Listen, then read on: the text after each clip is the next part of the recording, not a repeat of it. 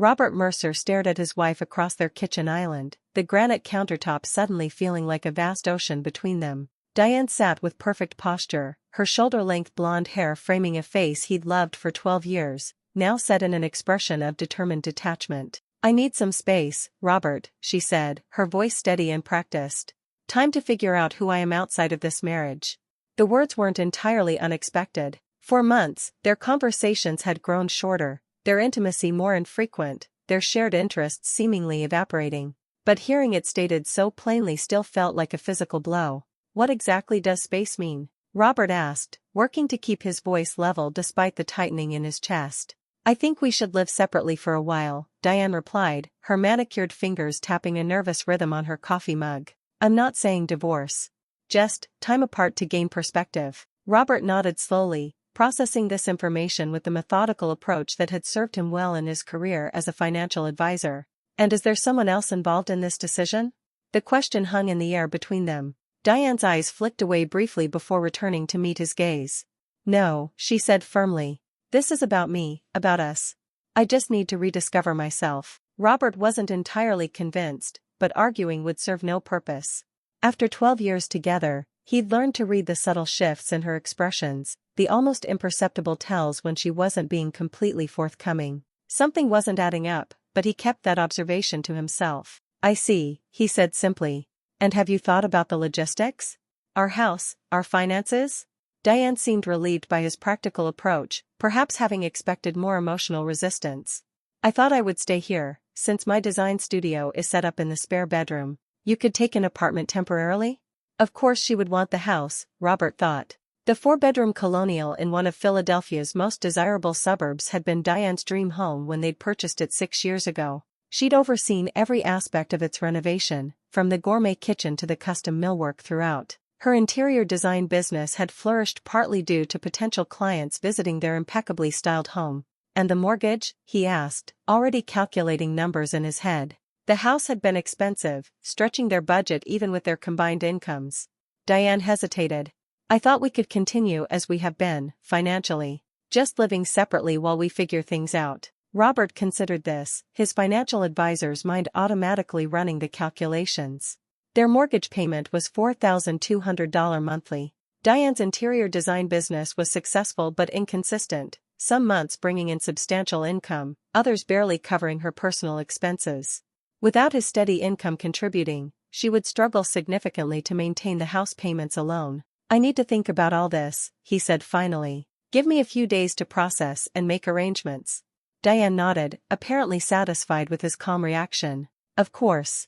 Thank you for understanding, Robert. This isn't about not loving you, it's about needing to find myself again." The phrase struck him as both cliché and convenient, a socially acceptable way to create distance without taking responsibility for the breakdown of their relationship. But Robert kept that thought to himself as well. That evening, after Diane had gone to bed, Robert sat in his home office reviewing their financial documents with new purpose. The mortgage on their home had been refinanced just 18 months earlier, taking advantage of lower interest rates. During that process, they had titled the house in both their names with rights of survivorship, a standard approach for married couples.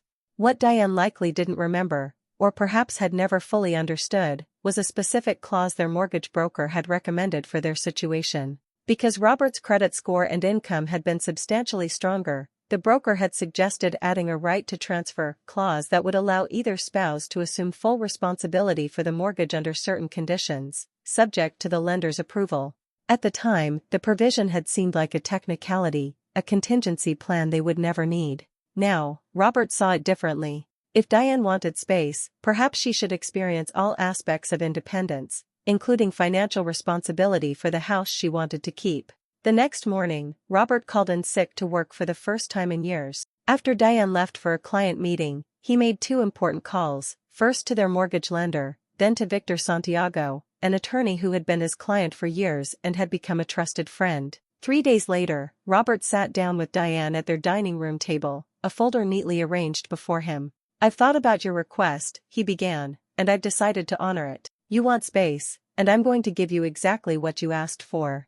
Diane looked relieved, though slightly suspicious of his ready agreement. "Thank you for understanding. I really think this will be good for both of us." "I've found an apartment downtown," Robert continued, his voice matter of fact. "I can move in next week, but we need to discuss the financial arrangements." "Like I said, we can keep everything as it is," Diane offered. "Split the mortgage and utilities as we've been doing." Robert shook his head. "That won't work for me. If we're separating our lives, even temporarily, we need to separate our finances as well." He opened the folder and slid several documents across the table. "I've spoken with our mortgage lender. Using the transfer clause in our refinancing agreement, I've arranged to have the mortgage transferred solely into your name." Diane's expression shifted from confusion to disbelief as she scanned the documents. "What are you talking about? We never discussed this."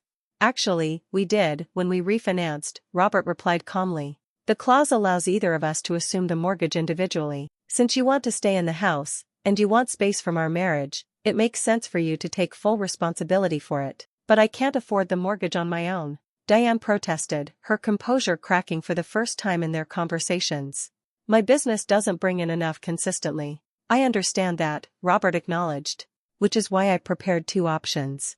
He pulled out another document. "Option 1, you assume the mortgage, and I provide a monthly contribution of $1,000 toward the payment. This is what I can reasonably afford after taking on rent for my new apartment." Diane quickly calculated the numbers. "That leaves me covering $3,200 a month. That's impossible with my variable income." "Which brings us to option 2, Robert continued, producing another document. "We sell the house, split the proceeds, and both find more affordable living arrangements." The color drained from Diane's face. "You know how much this house means to me. My studio, my design showcase, it's essential for my business." "I do know," Robert agreed. "I also know that financial independence is part of the space you're seeking. You can't have the freedom of separation while maintaining the security of marriage, Diane. It doesn't work that way." "This feels like punishment," she said, anger beginning to replace shock. "It's not punishment. It's reality," Robert replied evenly. "Marriage is a partnership in every sense, emotional, physical, and financial. If you want to step away from the partnership, even temporarily, you need to understand the full implications of that decision." Diane's eyes narrowed. "I'll speak to a lawyer about this. I don't think you can just transfer the mortgage without my consent." "You're welcome to consult an attorney," Robert said, pushing the folder closer to her. "But you'll find that the transfer clause is legally binding. We both signed it. I've already confirmed this with the lender and reviewed it with a lawyer." The reality of the situation was beginning to sink in for Diane. Her expression cycled through disbelief, anger, and then something Robert hadn't seen often from his confident, self-assured wife, fear. "You're backing me into a corner," she accused. "No, I'm giving you exactly what you asked for," Robert corrected. "Space and independence. Complete space and complete independence." Diane stared at the documents, seemingly at a loss for words. Finally, she looked up, her composure partially restored. "I need time to think about this." "Of course," Robert agreed reasonably. "You have until Friday to decide between the two options. I'll be moving to my apartment on Saturday either way." As he stood to leave the room, Diane called after him. "What happened to you, Robert? This calculated approach isn't like you." Robert paused in the doorway. "Perhaps I'm also discovering who I am outside of this marriage." The next few days passed in a tense standoff. Diane alternated between cold silence and attempts to persuade Robert to reconsider his position. She called her parents, who apparently advised her to reconcile rather than risk losing the house. She consulted a lawyer, who confirmed what Robert had said: the transfer clause was legally binding. By Thursday evening, with Robert's boxes packed and stacked in the garage, Diane finally conceded defeat. "I'll take option 1, she said as they sat in the living room, her voice tight with restrained anger. "Your contribution and I'll assume the mortgage." "I thought you might," Robert replied, sliding the already prepared paperwork across the coffee table. "I've outlined the terms clearly. My contribution will be deposited on the first of each month. You'll be responsible for making the full mortgage payment to the lender." Diane signed without reading the details, her signature sharp and angular with suppressed emotion. "Are you enjoying this? Seeing me cornered?" "Not at all," Robert answered truthfully. "But I do think it's important for both of us to understand what we truly want and what we're willing to sacrifice for it." The following Saturday, Robert moved into his downtown apartment, a modern one-bedroom with large windows overlooking the city. At 1,100 square feet, it was less than a third the size of their suburban home, but the simplicity felt refreshing after years of maintaining a showcase house that had begun to feel more like Diane's personal project than their shared home. The first month of separation passed without much communication. Robert faithfully deposited his $1,000 contribution on the first of the month as agreed. He settled into a new routine, reconnecting with friends he'd lost touch with during his marriage and rediscovering interests he'd set aside. In the second month, the texts began. The air conditioning system needs repair. $1,800 estimate. Can you help cover it? Robert responded simply, that falls under your responsibility as the homeowner per our agreement. My contribution is limited to the $1,000 monthly payment. A week later, property taxes are due. I don't have enough to cover them and the mortgage. Again, Robert held firm, the property tax was factored into our agreement. The responsibility is yours as the sole owner now. By the third month, Diane's messages had taken on a desperate tone. Robert, I'm struggling to make the payments. My business had a slow month. Can we please reconsider this arrangement? This time, Robert took longer to respond, considering his words carefully. We can always reconsider option 2, selling the house and both finding more affordable living situations. The reply came quickly, you know I can't do that. The house is essential for my business. Then I'm afraid the current arrangement stands, Robert texted back. What Diane didn't know was that Robert had been quietly monitoring the mortgage account online. She had made the first 2 payments on time, though the second had been processed on the final day of the grace period. He suspected the third payment would be more problematic. He was right. On the 15th day of the third month, Robert received an automated notification that the mortgage payment was officially late, with late fees now assessed. 4 days later, Diane appeared at his apartment unannounced. When he opened the door, Robert was struck by how different she looked after just 3 months. The polished, put-together woman who had confidently asked for space appeared tired and stressed, her usual immaculate appearance slightly disheveled. We need to talk, she said without preamble, walking past him into the apartment. Come in, Robert said dryly, closing the door behind her. Diane paced the small living room, taking in his new space with quick glances. Your apartment is nice. It suits my needs, Robert replied. What brings you here, Diane? She stopped pacing and faced him directly. I missed the mortgage payment. I couldn't cover it after paying the property taxes and the AC repair. I'm aware, Robert said. I received a notification from the lender. Of course you did, she muttered. Robert, this isn't working. I can't maintain the house on my income, even with your contribution. I understand, he said, maintaining his calm demeanor. What would you like to do about it? Diane hesitated, clearly struggling with what she needed to say. I think you should move back in. Robert raised an eyebrow. Move back in? I thought you needed space to find yourself. I've had space, she said quickly. 3 months of space.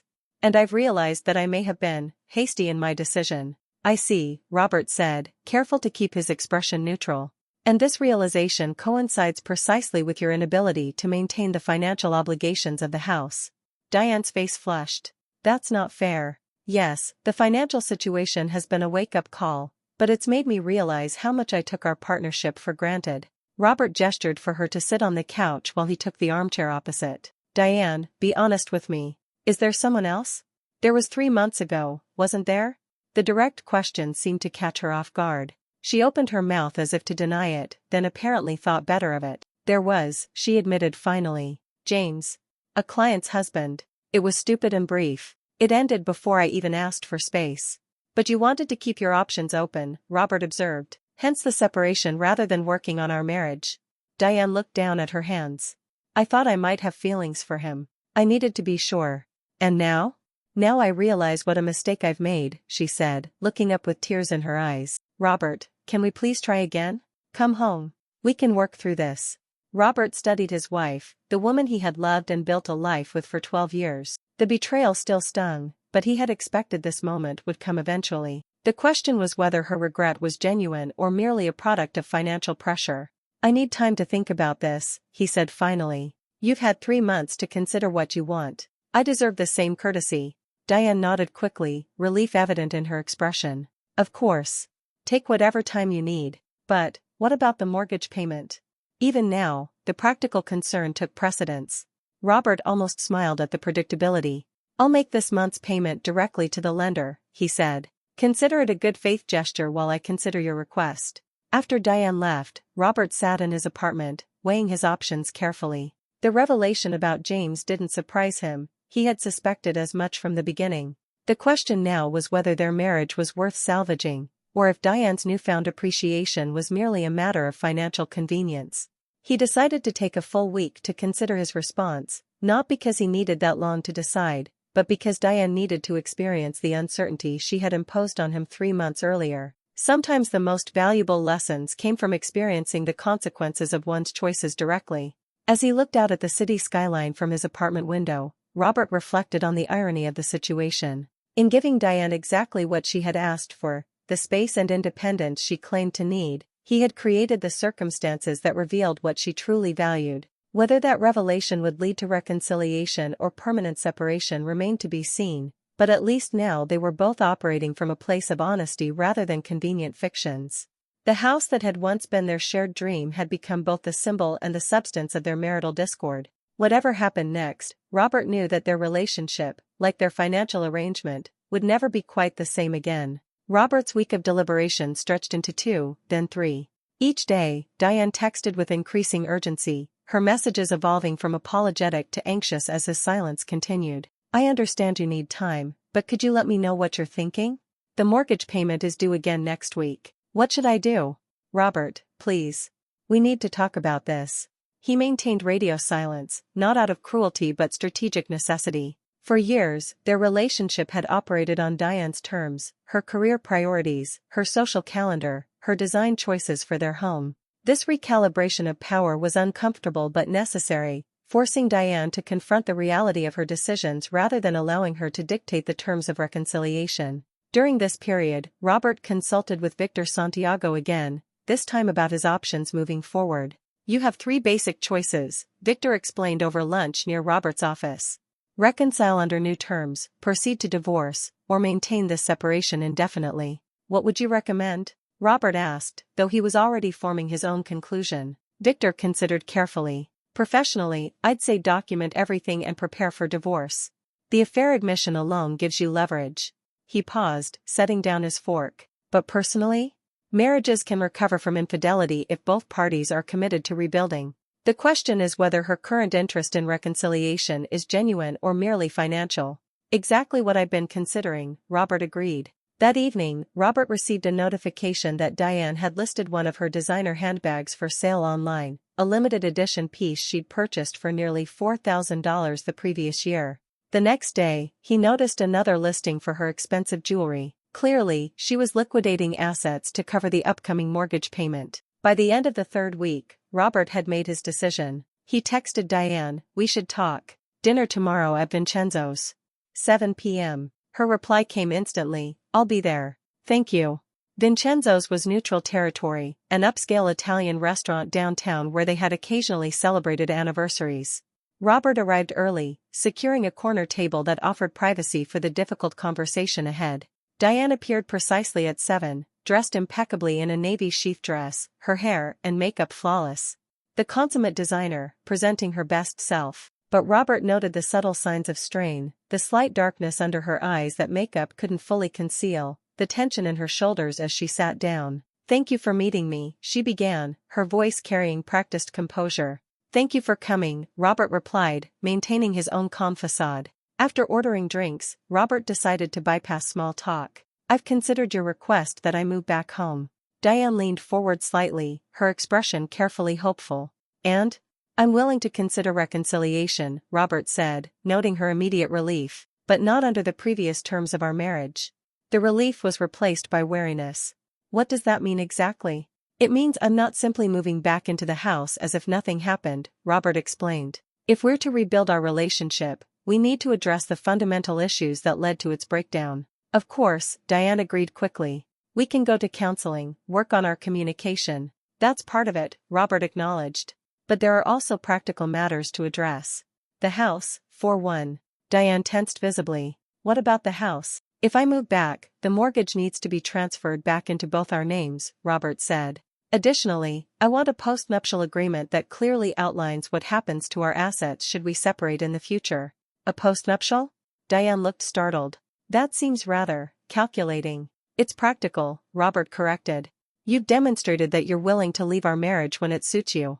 I need protection against future impulses of that nature." Diane flinched slightly at his directness. "That's not fair.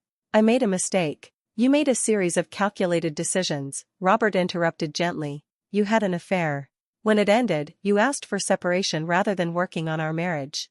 You expected to maintain your lifestyle with my financial support while keeping your options open. Those weren't mistakes, Diane. They were choices. Their drinks arrived, creating a momentary pause in the conversation. Diane took a long sip of her wine before responding. You're right, she said finally, surprising him with her candor. I did make those choices. I convinced myself I deserved something more exciting, something different. James made me feel, I don't know, desired in a way I hadn't felt in years. Robert absorbed this painful admission without visible reaction. And now? Now I realize how foolish I was, Diane continued. James was a fantasy, not reality. What we built together over 12 years, that's real. And I nearly destroyed it for nothing. The waiter returned to take their dinner orders, another brief reprieve from the intensity of their conversation. Once he departed, Robert picked up where they'd left off. I appreciate your honesty, he said. But words aren't enough at this point. I need to see genuine commitment to rebuilding trust. The postnuptial agreement, Diane nodded. I'll sign it. And I agree about transferring the mortgage back to both our names. Whatever it takes, Robert. There's more, Robert continued. I want complete transparency moving forward. Phone access, email passwords, scheduling, everything open between us. Diane hesitated only briefly. That seems fair, given the circumstances. And we need counseling, Robert added. Not just a few sessions, but serious, ongoing work with a professional. I've already researched some therapists, Diane admitted. I was hoping you'd be willing to try. Robert studied his wife's face, searching for signs of manipulation or insincerity. Instead, he found what appeared to be genuine remorse and determination. One last thing, he said. I need to know that your desire to reconcile isn't solely motivated by financial necessity. Diane met his gaze directly. It's not. The financial situation forced me to face reality sooner, but these past months have been clarifying in other ways. I've missed you, your stability, your wisdom, your quiet presence in my life, things I took for granted for too long. Their dinner arrived, and they ate in relative silence, each processing the weight of the conversation. As they neared the end of the meal, Robert made his decision. I'll move back next weekend, he said. On a trial basis. 3 months, during which time we'll draft the postnuptial, transfer the mortgage, and begin counseling. At the end of that period, we'll reassess. The relief on Diane's face was palpable. Thank you for giving us, another chance. I'm not doing it for you, Robert clarified. I'm doing it because, despite everything, I still believe our marriage has value worth salvaging. The following week was a flurry of practical arrangements. Robert contacted their mortgage lender to initiate the transfer back into joint names. Victor prepared a draft postnuptial agreement that protected Robert's interests while remaining fair to both parties. Diane scheduled their first counseling appointment with Dr. Melissa Chen, a well-regarded marriage therapist. By the time Robert moved his belongings back into their suburban home, the power dynamic in their relationship had shifted noticeably. Where once Diane had subtly directed the course of their marriage, now Robert's quiet authority set the terms of their reconciliation. Their first counseling session with Dr. Chen established the foundation for their work ahead. I understand you're attempting to rebuild after a period of separation and infidelity, Dr. Chen noted after they'd shared their situation. That's challenging but not impossible. The key factors will be genuine commitment, consistent transparency, and willingness to address underlying issues rather than just surface behaviors. Over the following weeks, their sessions revealed patterns neither had fully recognized during their marriage. Diane acknowledged her tendency to seek external validation when feeling insecure about her professional success. Robert confronted his habit of emotional withdrawal when sensing conflict, creating distance that Diane had interpreted as indifference. You retreat into problem-solving mode rather than emotional connection, Dr. Chen observed to Robert during their 4th session, while Diane seeks attention elsewhere when feeling unseen. It's a destructive cycle that feeds itself. At home, they established new routines that emphasized connection, shared meals without devices, weekly planning sessions for household and social calendars, dedicated time for genuine conversation rather than just logistical discussions about their daily lives. The postnuptial agreement was finalized and signed 6 weeks into their reconciliation period. The document stipulated that in the event of future separation, the house would be sold and proceeds divided equally. It also outlined clear terms regarding Robert's business interests and Diane's design firm, protecting both their professional assets. How does it feel, having signed this? Robert asked Diane after they left Victor's office. Sobering, she admitted. But also oddly reassuring. The boundaries are clear now. As the 3-month trial period neared its conclusion, both Robert and Diane recognized the transformation in their relationship. The crisis had forced them to rebuild on a foundation of honesty rather than comfortable assumptions and unspoken expectations. During their final session of the initial counseling commitment, Dr. Chen asked them directly, "Where do you see yourselves now, compared to 3 months ago?" Diane spoke first. "I feel like we're developing a real partnership for the first time, not just sharing a home and finances, but actually seeing and supporting each other." Robert nodded.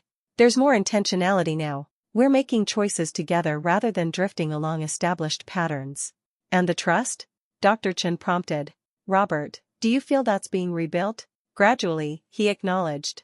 "It's not something that returns overnight, but Diane's consistency these past months has been meaningful." That evening, as the 3-month mark officially arrived, they sat on their back patio, watching the sunset over their carefully landscaped yard. "The trial period ends today," Diane noted, a hint of anxiety in her voice.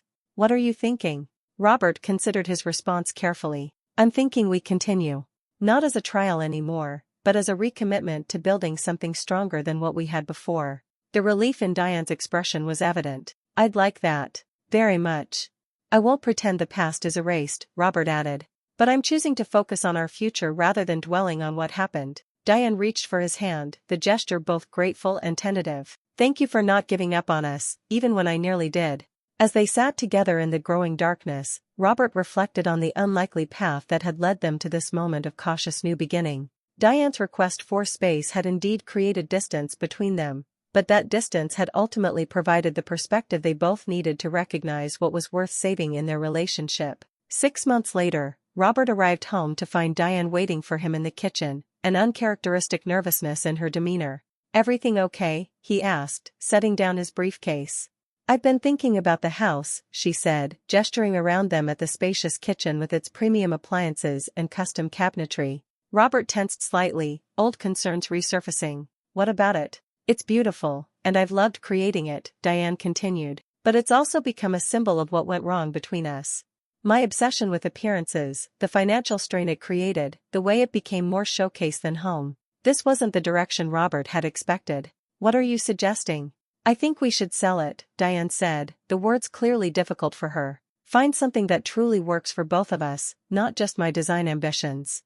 Robert studied his wife's face, searching for hidden motives but finding only sincere resolve. "Are you sure?" he asked. "Your business has evolved," she finished for him.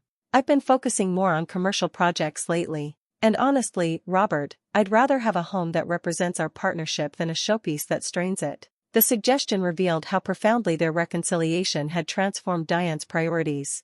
The house she had once been desperate to keep, even at the cost of their marriage, now represented values she had chosen to leave behind. "We can start looking," Robert agreed, genuinely moved by what this decision clearly cost her. "No rush.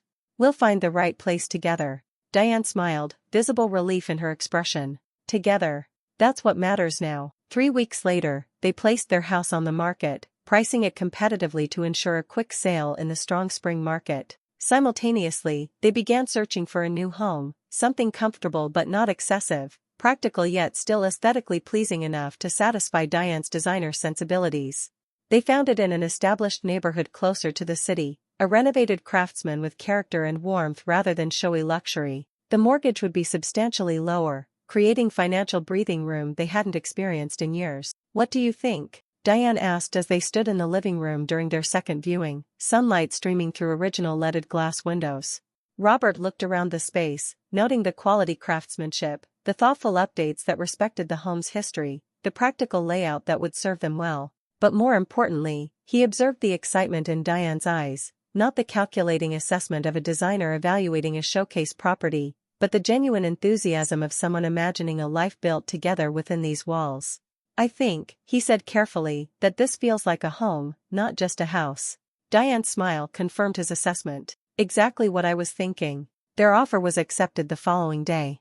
As they signed the purchase agreement, Robert reflected on the unlikely journey that had brought them to this moment of new beginning. Diane's request for space, and his strategic response to it, had ultimately created the opportunity for both of them to reassess what truly mattered in their relationship and their lives. The irony wasn't lost on him. By giving Diane the whole house when she asked for space, he had set in motion a process that would eventually lead them to leave that house behind for something more authentic and sustainable, both in their physical dwelling and in their marriage. 2 months later, as they unpacked boxes in their new home, Diane paused with a framed photo in her hands, one from early in their marriage, both of them laughing on a beach during their 5th anniversary trip. "I almost lost this," she said quietly. "Not just the photo, but everything it represents." "But you didn't," Robert reminded her, setting down the books he'd been arranging to join her. "We're still here, building something stronger." As they stood together in their new home, more modest in scale but far richer in meaning, Robert recognized that some spaces needed to be closed to open new possibilities, and some things needed to be lost before they could be truly valued. The house that had nearly ended their marriage had ultimately become the catalyst for its reinvention. Sometimes, it seemed, you had to lose your footing before you could find your way forward on firmer ground. 5 years after moving into their Craftsman home, Robert arrived home on a Friday evening to find Diane surrounded by financial documents at the dining table. The scene triggered a momentary flashback to darker times, but her warm smile as she looked up quickly dispelled his concern. "Perfect timing," she said, gesturing to the paper spread before her. "I could use your expertise here." "What are we looking at?" Robert asked, loosening his tie as he joined her at the table. "Investment options for the design firm," Diane explained, pushing a spreadsheet toward him. "We've outgrown the commercial space we're leasing. I'm considering purchasing a building instead of continuing to rent." Robert studied the numbers, impressed by the growth her business had achieved. In the years since their reconciliation, Diane's interior design firm had evolved from a primarily residential practice into a sought-after commercial design company specializing in hospitality spaces. The transformation had not only been financially rewarding but had also eliminated the need to use their home as a showcase for potential clients, a healthy boundary that had strengthened their rebuilt marriage. "These projections look solid," he observed. "Your revenue has nearly tripled in the past 3 years." "The hotel chain contract was the turning point," Diane acknowledged. "Once we completed the first 3 properties successfully, their competitors started calling." Robert continued reviewing the figures, noting the careful organization and thorough research. "You've done your homework here. The mortgage versus lease analysis is particularly detailed." "I learned from the best," Diane said with a small smile, the comment acknowledging how their past financial crisis had ultimately led to her developing stronger business acumen. The evolution in their financial partnership was just one aspect of their transformed relationship. Where once Diane had made major decisions independently and expected Robert to accommodate them, now she proactively sought his input and expertise. The change reflected a deeper shift in how she valued his contributions to their partnership. "I think purchasing makes sense given your growth trajectory," Robert concluded. "Have you found a property you're considering?" "Actually, yes," Diane replied, pulling up photos on her tablet. "It's a former art gallery in the design district. Good bones, excellent location, and enough space for future expansion." As they discussed the potential investment, Robert reflected on how different this conversation felt compared to similar discussions in their earlier marriage. The transparency, mutual respect, and genuine collaboration had become their new normal, but he never took it for granted. Later that evening, as they prepared dinner together, another habit they'd established during their reconciliation, Diane brought up a different topic. "I ran into James Westfield yesterday," she said casually, referencing the man with whom she'd had the brief affair years ago. Robert paused briefly in his vegetable chopping, then continued. "Oh? How did that go?" "Awkward," Diane admitted. "He was with his new wife. Much younger, very polished." "And how did you feel about seeing him?" Robert asked, the question sincere rather than accusatory. Diane considered this thoughtfully. "Mostly indifferent, honestly. He seemed smaller somehow, less impressive than I remembered." She set down the spoon she'd been using to stir the sauce and turned to face Robert directly. "I felt grateful, actually." "Grateful?" Robert raised an eyebrow. "That his presence in my life was ultimately so brief," she clarified. "That the damage he could have caused was limited by your response to the situation." Robert nodded, appreciating her candor. The transparency they'd established during their reconciliation had become a cornerstone of their rebuilt relationship. No subject was off limits, including periodic reflections on the crisis that had nearly ended their marriage. "Do you ever wonder where we'd be if I hadn't asked for space that day?" Diane asked, returning to the sauce. "Sometimes," Robert admitted. though I suspect something would have eventually forced the issues we weren't addressing. I think you're right, Diane agreed. We were on an unsustainable path. The house, my design ambitions, your growing resentment about always accommodating my priorities, something would have broken eventually. The comfortable way they could now discuss that difficult period demonstrated how far they had come. The counseling they had begun during their reconciliation had continued for nearly 18 months, providing them with communication tools and insights that had transformed their interaction patterns. In an odd way, Robert reflected, giving you exactly what you asked for, space and the whole house, was the most honest response I could have offered. It forced me to recognize what I truly valued, Diane acknowledged, and what I was willing to sacrifice to keep it. Their dinner conversation shifted to more immediate topics, weekend plans, an upcoming visit from Robert's parents, Diane's latest design project. The easy flow between serious reflection and everyday matters represented the balanced relationship they'd worked hard to create. The following week, Robert left work early to accompany Diane to view the commercial building she was considering purchasing. As they walked through the space with the real estate agent, Robert observed his wife in her professional element, confident, knowledgeable, and decisive. The layout would need minimal modification, she explained as they explored the main floor. We could maintain the open gallery concept for the design studio, with client meeting spaces along the perimeter. What about the second floor? Robert asked, noting the substantial additional square footage. Initially, rental income, Diane replied, though eventually we might expand upward as the firm grows. The real estate agent, sensing their serious interest, tactfully mentioned that another design firm had scheduled a viewing for the following day. We'll need a little time to discuss, Robert told him, but we won't keep you waiting long for our decision. Over dinner at a nearby restaurant, they weighed the investment carefully. It's a significant commitment, Robert noted. But the numbers make sense, and the location is ideal for your clientele. I'd built enough reserves in the business to make the down payment without touching our personal savings, Diane added, another indication of her evolved financial approach. What about financing? Robert asked.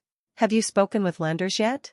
I've been pre-approved for a commercial mortgage, Diane confirmed. The firm's growth and consistent profitability made that relatively straightforward. Robert nodded, impressed but not surprised by her thorough preparation. Sounds like you've covered all the bases. If you're comfortable with the investment, I think you should move forward. Diane studied him for a moment. 5 years ago I would have just done this without really consulting you. Maybe mentioned it after the fact as a done deal. And I would have silently resented it while outwardly supporting your decision, Robert acknowledged with a small smile. We've both come a long way. We have, Diane agreed. Which is why I want to ask you something important. Robert raised an eyebrow, waiting for her to continue. Would you consider coming into the business as a financial partner? She asked. Not day-to-day operations, that's not your passion. But the firm has reached a size where your financial expertise would be valuable, especially with this expansion. The proposal caught Robert by surprise. Throughout their marriage, Diane had kept her design business fiercely independent, taking pride in building it entirely on her own merits. You've never wanted to mix our professional lives before, he observed. True, Diane acknowledged. But that was rooted in the same insecurities that caused many of our problems. I needed to prove I could succeed without your help or connections. She paused, choosing her next words carefully. I don't feel that way anymore. I know my worth professionally, and I also recognize the value of true partnership, personal and professional. Robert considered the proposal, both its practical and symbolic significance. What role are you envisioning exactly? Chief Financial Officer, Diane said. Part-time initially. You'd maintain your current position while overseeing our financial strategy, investment decisions, and growth planning. The thoughtfulness behind the offer was evident. Diane had identified a role that would leverage Robert's expertise while respecting his established career. More importantly, she was inviting him into a space she had previously guarded as exclusively her own. I'd like some time to consider the details, Robert replied. But I'm definitely interested. Diane's smile conveyed both pleasure and relief. Take whatever time you need. The offer doesn't expire. 3 days later, Diane made an offer on the commercial building, which was accepted with minor negotiations. The following week, Robert presented her with a detailed proposal for his potential role in her firm, including compensation structure, time commitment, and strategic objectives. This is impressively thorough, Diane remarked as she reviewed the document. I wanted to approach this as professionally as we would any business arrangement, Robert explained. Clear expectations from the beginning. The irony wasn't lost on either of them, applying to their professional partnership the same principles that had saved their marriage: explicit communication, defined boundaries, and mutual respect. By the end of the month, the paperwork was complete. Diane's design firm had a new headquarters building and a new CFO. The arrangement they had established included specific guidelines to protect both their marriage and the business should either relationship encounter difficulties, another lesson learned from past experience. 6 months into their new professional partnership, the wisdom of their decision had become evident. Robert's financial stewardship had already identified several opportunities for improved profitability, while Diane's creative leadership continued to attract prestigious clients. The combination of their complementary strengths created a business dynamic that neither could have achieved independently.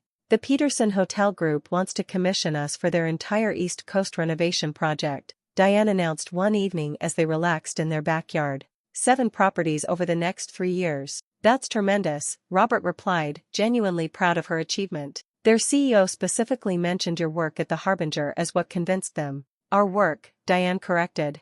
Your financial projections were what sealed the deal when they wavered on the budget. The mutual acknowledgement of each other's contributions, both at home and in business, had become natural rather than performative, a genuine appreciation rather than strategic affirmation. Later that night, as they prepared for bed, Diane brought up a subject they revisited periodically, a touchstone for measuring their progress.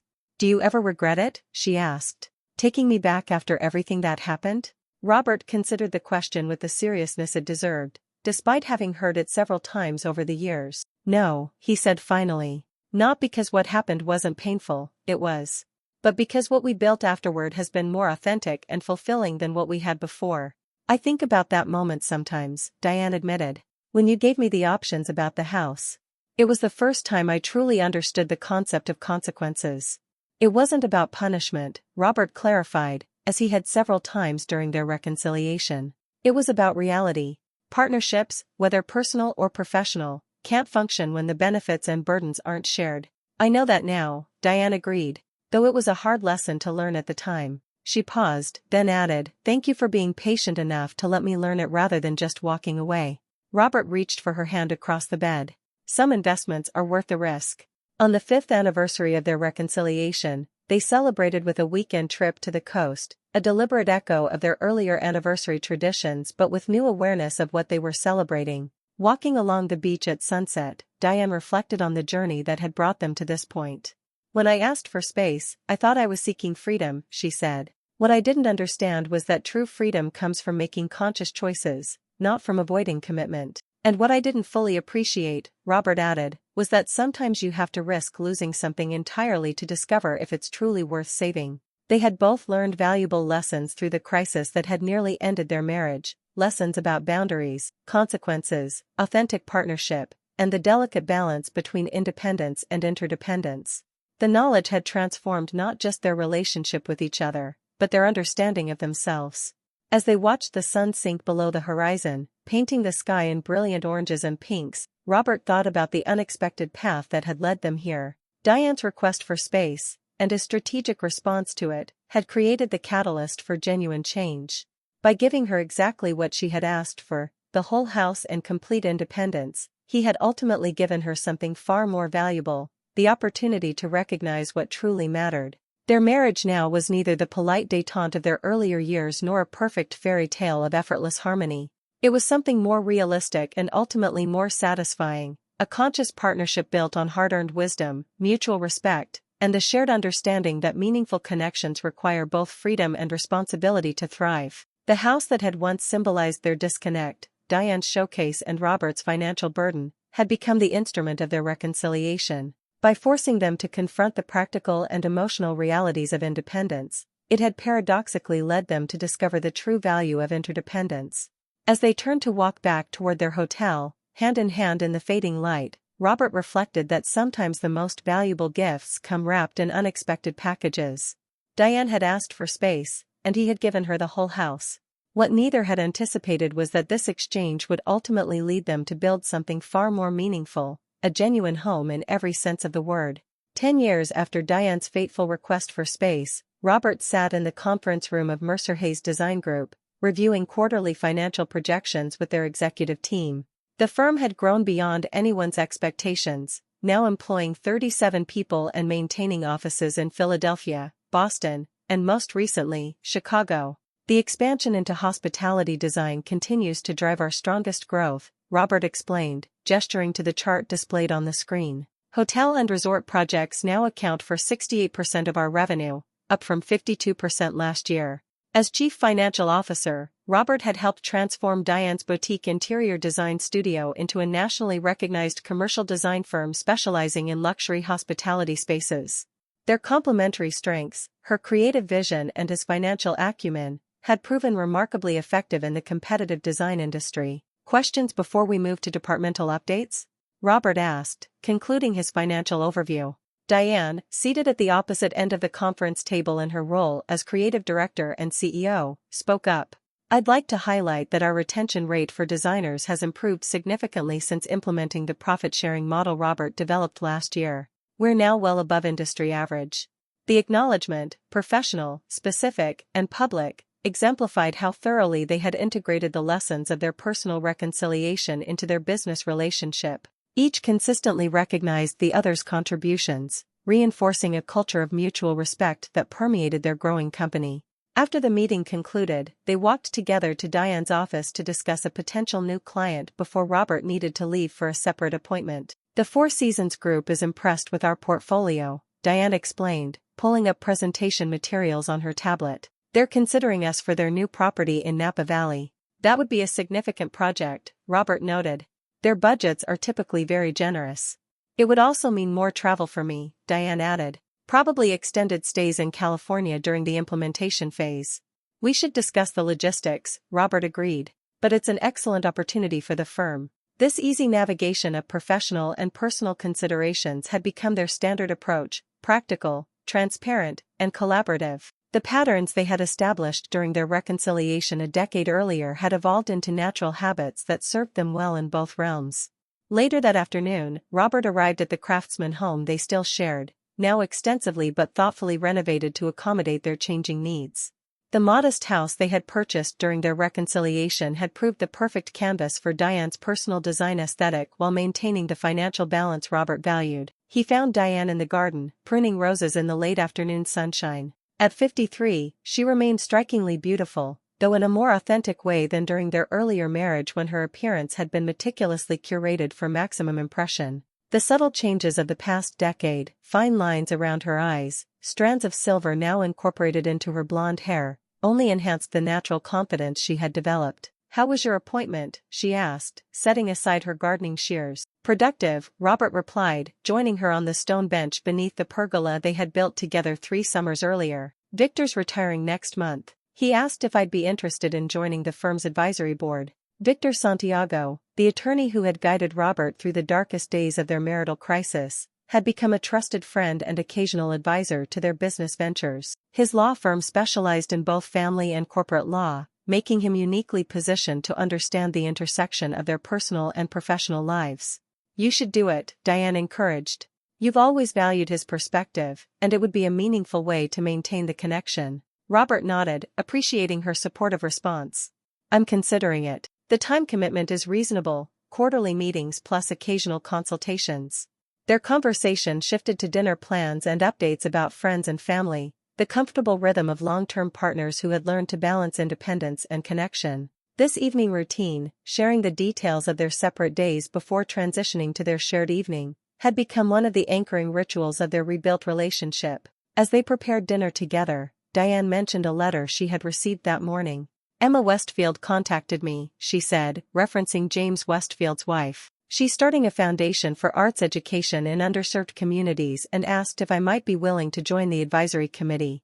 Robert paused in his vegetable chopping, surprised by the connection. James's wife? That seems rather awkward given the history. My thoughts exactly, Diane agreed. Though from her letter, I'm not entirely sure she knows about the past connection between James and me. How do you want to handle it? Robert asked, genuinely interested in her perspective rather than imposing his own. Diane considered carefully while arranging herbs for the dish they were preparing. I'm inclined to decline politely. The Foundation's mission is worthwhile, but there are other ways I can support similar causes without that complicated dynamic. That seems reasonable, Robert agreed. though I'd support whatever decision you felt was right. The exchange highlighted another aspect of their transformed relationship, the ability to discuss potentially sensitive topics with honesty and trust rather than defensiveness or avoidance.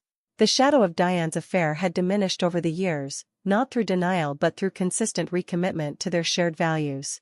The following weekend, they hosted a dinner party celebrating the 10th anniversary of Mercer Hayes Design Group's formation as a partnership. The guest list included key employees, longtime clients, and friends who had supported their journey. As their guests mingled in the beautifully designed but comfortable living space, Robert overheard a conversation between Diane and Catherine Blake, their first major commercial client. "I remember when you were just starting to transition from residential to commercial projects," Catherine was saying. "What prompted that shift in your business model?"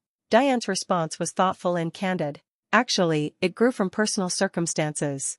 Robert and I went through a difficult period in our marriage about a decade ago. The reconciliation process helped us recognize that using our home as a showcase for my residential design business was creating unhealthy pressure on our relationship. So the business pivot came from personal insight," Catherine observed. "Exactly," Diane confirmed. "The best decisions often do. Separating our home life from my design work forced me to explore new markets, which ultimately led to much greater success than I would have achieved otherwise." Robert, approaching with fresh drinks for them, added to the conversation. Diane's talent was always exceptional. The commercial focus just allowed more people to experience it while giving us a healthier personal boundary. The easy acknowledgement of their past difficulties without either minimizing their significance or dwelling in them unnecessarily demonstrated the emotional maturity they had developed. Their crisis had become not a shameful secret but a transformative experience they had integrated into their shared narrative. Later that evening, after their guests had departed and they were clearing the last of the dishes, Diane brought up a subject they revisited periodically. "Do you ever wonder about the parallel universe where I never asked for space?" she asked, loading glasses into the dishwasher. "Where we just continued in our comfortable but increasingly distant pattern?" "Sometimes," Robert admitted, wrapping leftover food for storage. "I suspect we'd have a much larger house, more impressive on the surface but less satisfying to actually live in. And a much smaller connection," Diane added. "I was thinking today about how ironic it is that my request for space, which was really an attempt to avoid difficult conversations and choices, ultimately led to the most honest and fulfilling period of our relationship." "Your request wasn't the catalyst though," Robert pointed out with a small smile. "It was my response to it." Diane laughed, acknowledging the truth in his observation. "True. Giving me exactly what I asked for, but not at all what I expected. Sometimes people need to experience the full consequences of their choices to recognize what they truly value," Robert said, a perspective that had guided his approach to that critical moment in their marriage. "I'm grateful you were strategic rather than simply reactive," Diane reflected. "You could have just walked away entirely, and no one would have blamed you." "I considered it," Robert acknowledged honestly. "But something told me there was still something worth salvaging if we could break through the patterns we'd established." Their conversation continued as they moved to the back porch, enjoying the mild spring evening in the garden they had designed and maintained together over the years, another symbol of their rebuilt partnership, requiring both individual contribution and coordinated effort. "I got a call from Melissa Chen last week," Diane mentioned, referencing the therapist who had guided them through their reconciliation process years earlier. "She's writing a book about couples who successfully rebuild after significant betrayal. She asked if we'd be willing to be interviewed as a case study." "Interesting," Robert replied. "How do you feel about that?" "Mixed," Diane admitted. "I'm proud of the work we've done and the relationship we've built, but revisiting that period in detail would be challenging." "We don't owe our story to anyone," Robert observed, "though I can see potential value in sharing it if it might help others in similar situations." They decided to consider the request further before making a decision, another example of their approach to significant choices, thoughtful deliberation rather than impulsive response or conflict avoidance. A month later, they met with Dr. Chen at her office, having agreed to a preliminary discussion about the proposed book project. "Thank you both for considering this," the therapist began. "Your case has always stood out to me because of the unusual catalyst for reconciliation. Most couples either separate permanently after infidelity or attempt immediate reconciliation. Your structured approach, creating both consequences and opportunity for genuine change, was quite remarkable." "It wasn't a strategy I'd recommend universally," Robert noted. "It required specific circumstances and personalities to be effective. That's precisely why I find it valuable for the book," Dr. Chen explained. Not as a template to follow exactly, but as an example of creative problem-solving tailored to a specific relationship dynamic. As they discussed the parameters of their potential involvement in the project, Diane articulated an important boundary. I'm comfortable sharing our experience in general terms, but some details, particularly about the affair itself, I'd prefer to keep private. Not to minimize my responsibility, but out of respect for our current relationship. That's completely understandable, Dr. Chen assured her. The focus would be on the reconciliation process rather than the specific details of the betrayal. They ultimately agreed to participate in a limited capacity, providing a case study that focused on the structural aspects of their reconciliation, the financial arrangements, boundary setting, and gradual rebuilding of trust, while maintaining appropriate privacy regarding the most personal elements. The collaboration with Dr. Chen prompted several discussions between Robert and Diane about aspects of their journey they hadn't examined in years. These conversations proved unexpectedly valuable, offering fresh perspectives on their shared history and the evolution of their relationship. I never fully appreciated how risky your approach was, Diane observed one evening after a particularly thought-provoking session with Dr. Chen. You had no guarantee I would choose to work on our marriage rather than simply walking away from the house and everything else. It was calculated, Robert acknowledged. I believed you valued our life together more than you were acknowledging to yourself at that moment. But yes, there was significant risk involved. What would you have done if I'd chosen option 2? Diane asked, referencing the choice he had presented her, either assume the mortgage with minimal support from him or sell the house entirely. If I'd said fine, let's sell everything and go our separate ways? Robert considered the hypothetical scenario thoughtfully. I would have accepted that outcome and moved forward accordingly. The point wasn't to manipulate you into a specific choice, but to ensure whatever choice you made was fully informed by reality rather than convenient assumptions. This perspective, that his approach had been about clarity rather than control, crystallized something important for Diane. You were respecting my agency even while challenging my avoidance, she realized. That's what made your response effective rather than merely punitive. Their participation in Dr. Chen's book project concluded after several months, leaving them with renewed appreciation for the journey they had navigated together. The final manuscript, which they reviewed before publication, presented their case study with sensitivity and insight, highlighting the principles that had guided their successful reconciliation without exposing unnecessarily personal details. As the book neared publication, Robert and Diane decided to commemorate this chapter in their own way. They had been discussing potential retirement plans in recent years, not immediate retirement, but gradually transitioning leadership of their design firm to the talented team they had built while maintaining strategic oversight roles. What if we looked at property in Napa? Diane suggested one evening. With the Four Seasons project nearly complete, we have strong connections in the area. We could find a small vineyard property, divide our time between there and here. The suggestion aligned with conversations they'd been having about their next chapter, maintaining their primary residence in Philadelphia while establishing a West Coast presence that would allow them to enjoy a different lifestyle part-time. After careful research and several exploratory trips, they found the perfect property, a 10-acre vineyard with a modest but beautifully constructed main house and a smaller guest cottage that could be converted into a design studio for Diane. This feels right, Robert said as they walked the property with their real estate agent. Substantial without being excessive, beautiful without being purely for show. Exactly what I was thinking, Diane agreed. A place that reflects what we've learned about what truly matters. The purchase of the vineyard property represented yet another evolution in their journey, a thoughtfully planned transition toward a new phase of life rather than a reaction to external pressures or internal discontent. Unlike the suburban showcase home that had contributed to their earlier marital problems, this investment was a mutual decision reflecting shared values and priorities. As they settled into a rhythm of dividing their time between Philadelphia and Napa, Robert and Diane found that the geographical distance from their primary business operations actually strengthened their partnership in unexpected ways. The necessary planning and coordination reinforced their commitment to clear communication, while the fresh perspective provided by their time in California inspired new creative directions for the firm. During a weekend when they were both in Philadelphia for quarterly business reviews, they attended a charity gala supporting arts education, the same cause Emma Westfield had invited Diane to support years earlier, though through a different organization.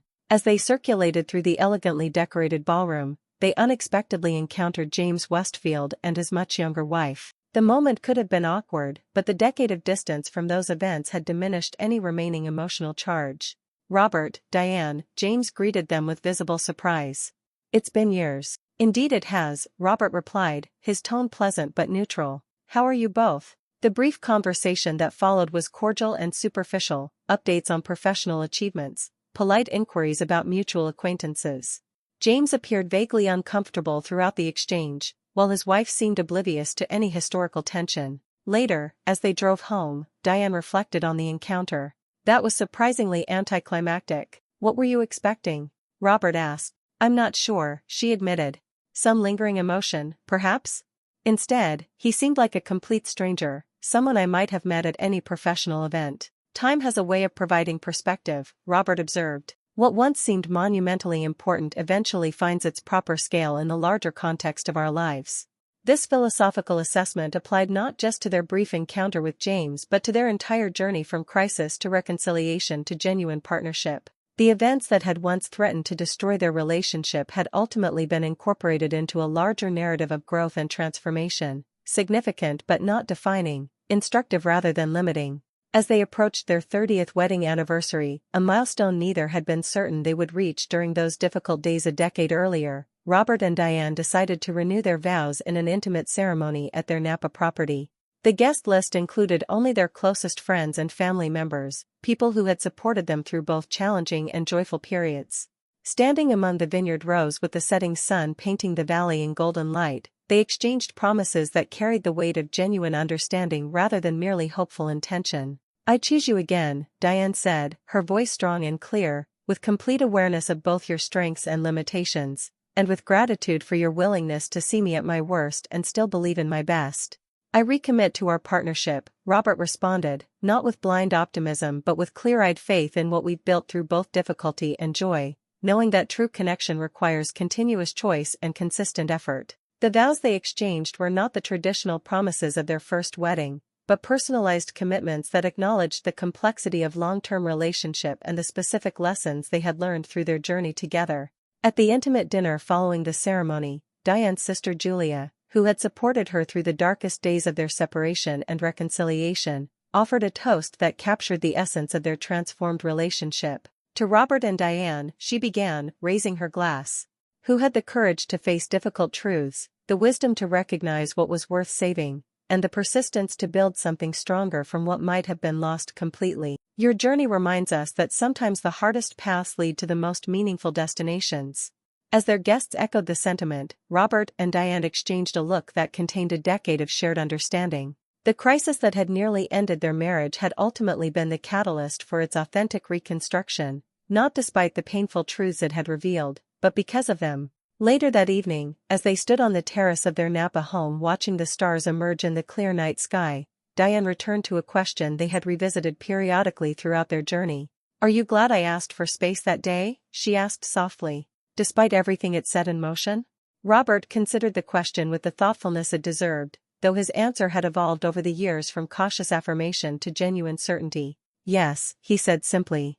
"Because without that moment of crisis, we might never have discovered what we were capable of building together." Diane leaned against him, her hand finding his in the darkness.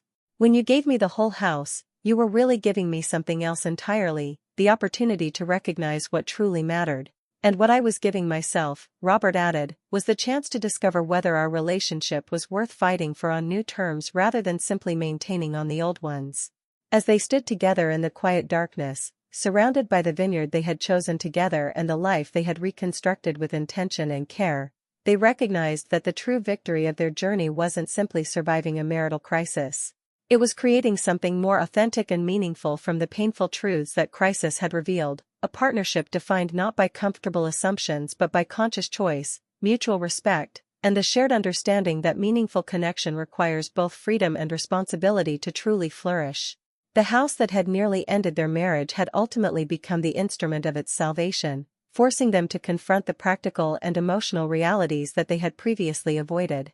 By giving Diane the whole house when she asked for space, Robert had set in motion a process that would eventually lead them both to discover the true meaning of home, not a physical structure defined by appearance or status, but the sacred space created when two people commit to building something authentic together.